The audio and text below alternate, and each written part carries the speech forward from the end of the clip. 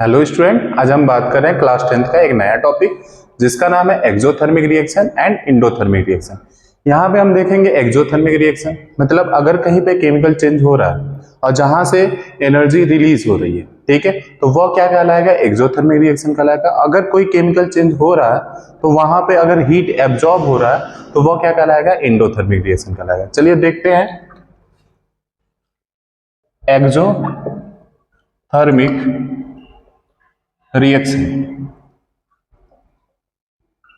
हम यहाँ पे आपको एक ट्रिक बताते हैं। देखिए, यहां से हम एक वर्ड लेते हैं एक्सो। एक्सो मीन्स क्या होता है? एग्जिट होता है। क्या होता है? एग्जिट होता है, ठीक है। मतलब इससे तुम याद कर सकते हो, जहां से भी हीट क्या होगा? एग्जिट होगा, यानी कि बाहर निकलेगा, तो उसे हम क्या कहेंगे? एक्सोथर्मिक रिएक्शन कहेंगे। जैसे कि अगर हमारे पास कोई रिएक्टेंट है और वह किस में चेंज हो रहा है? प्रोडक्ट में चेंज हो रहा है। और साथ में क्या रिलीज हो रहा है? हीट रिलीज हो रहा है। तो यह हमारा क्या कहलाएगा? एक्सोथर्मिक रिएक्शन कहलाएगा, ठीक है। समझ में आया? एक्सो मीन्स क्या होता है? एग्जिट होता है, और जहां से भी हीट रिलीज होगा वह क्या कहलाएगा? एक्सोथर्मिक रिएक्शन कहलाएगा, ठीक है। अब देखते हैं एंडोथर्मिक रिएक्शन के बारे में।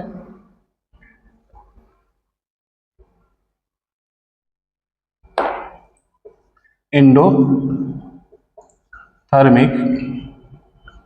रिएक्शन, देखिए, एंडोथर्मिक का ट्रिक यह है कि आप यहां से क्या लो? इन लो। इन का मतलब क्या होता है? एंट्री होता है। इनका मतलब क्या होता है? एंट्री होता है।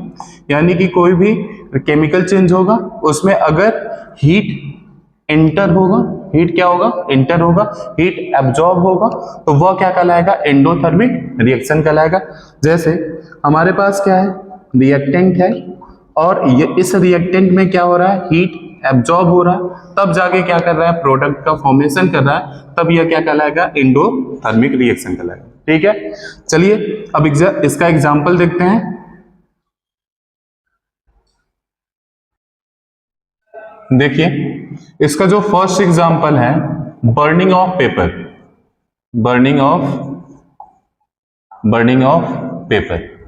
अगर हम पेपर को जलाते हैं, ठीक है, तो उसमें उसे थोड़ा सा अमाउंट में हीट दिया जाता है, लेकिन जलने के बाद एक लार्ज अमाउंट में क्या करता है? हीट रिलीज करता है। इसकी वजह से जो बर्निंग ऑफ पेपर होता है वो एक्सोथर्मिक रिएक्शन होता है। देखिए, यहां पे पेपर है, तो पेपर को अगर हम क्या करते हैं? बर्न करते हैं, तो किसका फॉर्मेशन होता है? ऐश का फॉर्मेशन होता है, और स्मोक निकलता है, और क्या निकलता है? एक लार्ज अमाउंट में हीट निकलता है, ठीक है। इसलिए क्या होता है? यह एक्सोथर्मिक रिएक्शन होगा, और यह एक टाइप का केमिकल रिएक्शन है, ठीक है। जैसे कि अगर एश का फॉर्मेशन हुआ, राख का फॉर्मेशन हुआ, और धुआं का फॉर्मेशन हुआ, तो राख और धुआं बना के मिलाकर हम इसे फिर से पेपर नहीं बना सकते, ठीक है। यानी कि यह क्या है? नॉट रिवर्सिबल है, ठीक है। यानी कि फिर से बन नहीं सकता है। तो इसलिए यह हमारे पास क्या होगा? केमिकल चेंज होगा। केमिकल चेंज का मतलब यह केमिकल रिएक्शन होगा, और इसमें भी यह किस टाइप का रिएक्शन होगा? एक्सोथर्मिक रिएक्शन होगा। सेकेंड एग्जाम्पल देखते हैं। Second example, magnesium ribbon. अगर हम मैग्नीशियम रिबन लेते हैं और उसे हम क्या कर देते हैं? ऑक्सीजन के प्रेजेंस में जलाते हैं, ठीक है, तो फॉर्मेशन होता है मैग्नीशियम ऑक्साइड का, और यह किस फॉर्म में होता है? सॉलिड फॉर्म में होता है। इसका कलर कैसा होता है? व्हाइट कलर होता है, और यहाँ पे लाइट का फॉर्मेशन होता है, डैजलिंग लाइट, बहुत चमकदार लाइट का फॉर्मेशन होता है, और साथ में एक large amount of heat release होता है, ठीक है। यह कौन सा रिएक्शन है? कॉम्बिनेशन रिएक्शन है। लेकिन यहाँ पे देख रहे हो कि हीट क्या हो रहा है? रिलीज हो रहा है, और इसलिए हम इसे एक्सोथर्मिक रिएक्शन भी कह सकते हैं, ठीक है। समझ में आया? अभी हम तीसरा एग्जांपल लेते हैं। तीसरा नंबर एग्जांपल, अगर हमारे पास क्या है? कोयला है, मीन्स कार्बन है, और कार्बन किस फॉर्म में रहता है? सॉलिड फॉर्म में रहता है, और उसे हम क्या कर देते हैं? जला देते हैं। तो आपको पता है कि जब हम कार्बन को जलाते हैं ऑक्सीजन के प्रेजेंस में, तो किसका फॉर्मेशन होता है? कार्बन डाइऑक्साइड गैस का फॉर्मेशन होता है, और यहाँ पे एक लार्ज अमाउंट में एनर्जी और हीट क्या होती है? बाहर निकलती है। यानी कि जो बर्निंग ऑफ कोक होगा, यानी कि कोयले का जलाना होगा, वह भी कौन सा रिएक्शन होगा हमारा, एक्सोथर्मिक रिएक्शन होगा। ठीक है, अभी और इसकी एग्जांपल देखते हैं।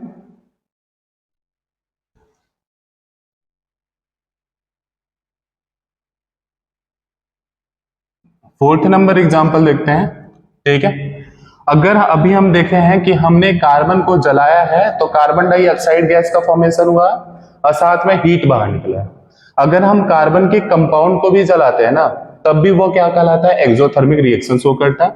जैसे कार्बन का कंपाउंड हमारे पास क्या हो गया, CH4 हो गया। CH4 क्या होता है, मीथेन गैस होता है, और इस मीथेन गैस को हम ऑक्सीजन के प्रेजेंस में क्या करते हैं, जलाते हैं। ठीक है, तो यहाँ पे फॉर्मेशन होता है, कार्बन डाइऑक्साइड गैस का फॉर्मेशन होता है, और साथ में वाटर मॉलिक्यूल क्या होता है, रिलीज होता है, और क्या होता है, हीट रिलीज होता है। ठीक है, यहां पर भी हीट रिलीज हुआ, इसलिए हम इसे क्या कहेंगे, एक्सोथर्मिक रिएक्शन कहेंगे। ठीक है, अब हम बात करते हैं, एक और एग्जांपल देख लेते हैं जिसका नाम है रेस्पिरेशन बोलते हैं, रेस्पिरेशन बोलते हैं। ठीक है, रेस्पिरेशन का मतलब क्या होता है, ठीक है, रेस्पिरेशन का मतलब ये नहीं होता कि सांस लेना, नहीं, ब्रीथिंग करना नहीं होता है। रेस्पिरेशन एक ऐसा प्रोसेस है जिसमें हम क्या करते हैं, ऑक्सीजन गेन करते हैं, तो वो ऑक्सीजन जो होता है हमारे जो खाना होता है उसके साथ रिएक्शन करता है, और किसका फॉर्मेशन करता है, उसके प्रोडक्ट का फॉर्मेशन करता है। देख लेते हैं, हमारे पास रेस्पिरेशन में क्या होता है, ग्लूकोज होता है, C6H12O6 होता है, हमारा फूड क्या होता है, ग्लूकोज के फॉर्म में होता है, और इसका हम रिएक्शन कराते हैं किसके साथ, ऑक्सीजन के साथ। तो यहाँ पे फॉर्मेशन होता है कार्बन डाइऑक्साइड गैस और वाटर मॉलिक्यूल का होता है, और साथ में क्या रिलीज होता है, एनर्जी रिलीज होता है, और जहां से भी एनर्जी रिलीज होगा वह हमारा क्या कहलाएगा, एक्सोथर्मिक रिएक्शन कहलाएगा। यानी कि रेस्पिरेशन भी हमारा क्या कहलाता है, एक्सोथर्मिक रिएक्शन कहलाता है। समझ में आया? ठीक है, और भी हम एग्जांपल इसके देखते हैं।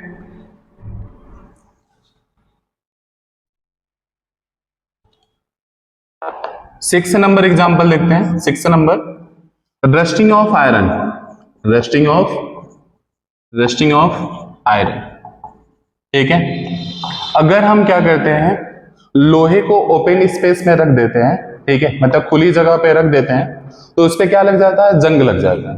तो यह जो प्रोसेस होता है बहुत ही स्लो होता है, बहुत ही स्लो होता है, लेकिन इसमें भी क्या होता है, स्लोली एनर्जी क्या होती है, बाहर निकलती है। इसलिए रस्टिंग ऑफ आयरन भी हमारा क्या कहलाता है, एक्सोथर्मिक रिएक्शन कहलाता है। जो यहाँ पे रस्ट का फॉर्मूला होता है Fe2O3 इंटू XH2O होता है। क्या होता है, XH2O होता है। आयरन क्या करता है, ऑक्सीजन से रिएक्शन करता है वाटर मॉलिक्यूल के प्रेजेंस में, तो इसका फॉर्मेशन होता है, इसे हम क्या बोलते हैं, रस्ट बोलते हैं। यह किस कलर में होता है, रेडिश ब्राउन कलर में होता है। किस कलर में होता है, रेडिश ब्राउन कलर में होता है। जो X होता है वह number of mole of water molecule को रिप्रेजेंट करता है, कि यहाँ पे H2O कितने मोल में प्रेजेंट है। ठीक है, समझ में आया इनके बारे में? ठीक है, एंडोथर्मिक रिएक्शन। तो अभी हम जस्ट बताए हैं कि इंडो का मतलब क्या होता है, इन से हम समझ सकते हैं एंट्री, इंड से क्या समझ सकते हैं, एंट्री समझ सकते हैं, और यानी कि जहां पे हीट एब्जॉर्ब होगा, जहां पे हीट एब्जॉर्ब होगा वह हमारा क्या कहलाएगा, एंडोथर्मिक रिएक्शन कहलाएगा। ठीक है, देखिए इसका एग्जांपल लेते हैं, मेल्टिंग ऑफ आइस। अगर हमारे पास क्या है, बर्फ है, हमारे पास क्या है, आइस है, तो देखो आइस का फॉर्मूला क्या होता है, H2 होता है। ये तो आपको पता होगा। देखो अगर हमारे पास आइस है, बर्फ है, तो इसका फॉर्मूला क्या होता है, H2O होता है। अगर हम इस आइस को हम क्या करते हैं, हीट कर देते हैं, तो ये किस में कन्वर्ट हो जाता है, वाटर में कन्वर्ट हो जाता है, तो इसका फॉर्मूला क्या होता है, H2O होता है। अगर हम इस वाटर को भी क्या कर देते हैं, हीट कर देते हैं, ठीक है, तो यह किस में कन्वर्ट होता है, वाटर वेपर में कन्वर्ट होता है, और उस वाटर वेपर का भी फॉर्मूला जो होता है वो क्या होता है, H2O होता है। यह गैसियस फॉर्म में होगा, या लिक्विड फॉर्म में होगा, या क्या होगा, सॉलिड फॉर्म में होगा। तो इससे हमें यही पता चलेगा कि जो आइस का चेंजिंग हुआ वाटर में, चाहे वाटर का चेंजिंग हुआ वाटर वेपर में, ठीक है, तो यह पूरा हमारे पास क्या है, फिजिकल चेंज है। कौन सा चेंज है, फिजिकल चेंज है, ठीक है। अभी देखो यहाँ पे हमने वाटर को हीट किया तो ये वाटर किस में कन्वर्ट हो जाता है, लिक्विड के फॉर्म में कन्वर्ट हो जाता है। किसके फॉर्म में कन्वर्ट हो जाता है, लिक्विड के फॉर्म में। तो इससे हम कह सकते हैं कि आइस ने हीट को एब्जॉर्ब किया है, आइस ने हीट को एब्जॉर्ब किया है, तो वह किस में चेंज हो गया, वाटर में चेंज हो गया, ठीक है। तो यह कौन सा रिएक्शन होगा, यह कौन सा रिएक्शन होगा, एंडोथर्मिक रिएक्शन होगा। कौन सा रिएक्शन होगा, एंडोथर्मिक रिएक्शन होगा। क्लियर है। अच्छा ये बताओ, changing of ice into water, मतलब हमने बर्फ को पानी में बदल दिया, तो यह एंडोथर्मिक रिएक्शन हुआ, क्योंकि यहां पे इसने हीट को एब्जॉर्ब कर लिया। अगर उसी पानी को हम आइस में बदलें तो जाहिर सी बात है कि वह कुछ अमाउंट में हीट को क्या करेगा, रिलीज करेगा। तो यानी कि पानी से बर्फ में बदलना हमारा क्या कहलाया जाएगा, एक्सोथर्मिक रिएक्शन कहलाएगा। क्या कहलाएगा, एक्सोथर्मिक रिएक्शन कहलाएगा। समझ में आया। यह हमारे पास एग्जाम्पल एक हो गया एंडोथर्मिक रिएक्शन का, ठीक है। और भी एग्जाम्पल बताते हैं। देखिए सेकंड नंबर एग्जांपल, जितने भी डिकम्पोजिशन रिएक्शन होते हैं, जितने भी डिकम्पोजिशन रिएक्शन होते हैं वह हमारे क्या कहलाते हैं, एंडोथर्मिक रिएक्शन कहलाते हैं, क्योंकि उसमें हीट हमें देना पड़ता है। वह हीट किसके वजह से हो सकता है, वह हीट सनलाइट के वजह से हो सकता है। वह हीट हमारा क्या हो सकता है, इलेक्ट्रिसिटी की वजह से हो सकता है। वह हीट क्या हो सकता है, थर्मल हो सकता है, ठीक है। तो यहां पे ध्यान दीजिए, हमारे पास कैल्शियम कार्बोनेट है, कैल्शियम कार्बोनेट है, और उसे हम क्या करते हैं, हीट करते हैं। तो वो किस में ब्रेक होगा, कैल्शियम ऑक्साइड में ब्रेक होगा, और क्या होगा, कार्बन डाइऑक्साइड गैस से रिलीज होगा, ठीक है। तो यहाँ पे हीट एब्जॉर्ब किया है, तब जाके कैल्शियम कार्बोनेट कैल्शियम ऑक्साइड में और कार्बन डाइऑक्साइड गैस में क्या हुआ, चेंज हुआ। तो यह हमारा क्या कहलाएगा, एंडोथर्मिक रिएक्शन कहलाएगा। तीसरा एग्जाम्पल हम लेते हैं, ऐसे ही लेड नाइट्रेट होता है PbNO3 होल ट्वाइस।